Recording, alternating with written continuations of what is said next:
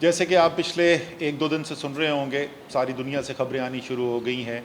کہ ایک کرونا کا نیا ویریئنٹ جو ہے وہ آ گیا ہے سامنے، اور وہ جنوبی افریقہ سے شروع ہوا ہے، وہاں کے خواتین پروونس سے، اور اس کے بعد جو قریبی ممالک ہیں بوتسوانا وغیرہ وہ وہاں پر پھیلا، اور اب وہ وہاں سے نکل کر لوگ جو سفر کر رہے ہیں ان کے ذریعے جو ہے وہ کئی یورپی ممالک کے اندر بھی پہنچ گیا ہے، ہانگ کانگ تک بھی پہنچ گیا ہے۔ اب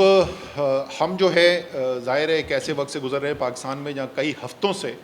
پاکستان میں کرونا کے مرض کے اندر کمی آتی جا رہی ہے۔ اس کی بڑی وجہ جو ہے وہ ابھی تک کی جو ویکسینیشن کی کیمپین ہے وہ بنی ہے۔ الحمدللہ آج تقریباً 5 کروڑ پاکستانی جو ہیں وہ مکمل طور کے اوپر ویکسینیٹ ہو چکے ہیں، یعنی ان کو دونوں ڈوز لگ چکی ہیں، اور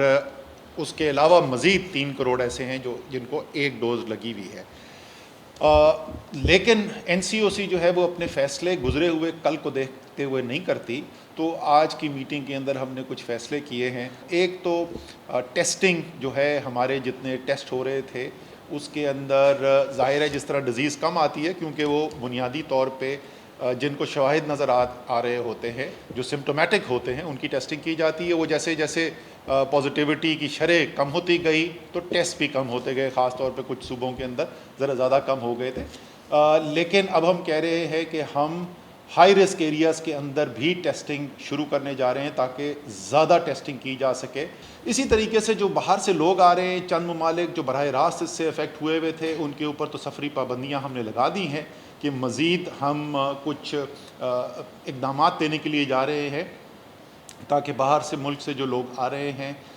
ان کا پاکستان کے اندر آنا اس نئے ویریئنٹ کو اس کو کنٹرول کیا جا سکے۔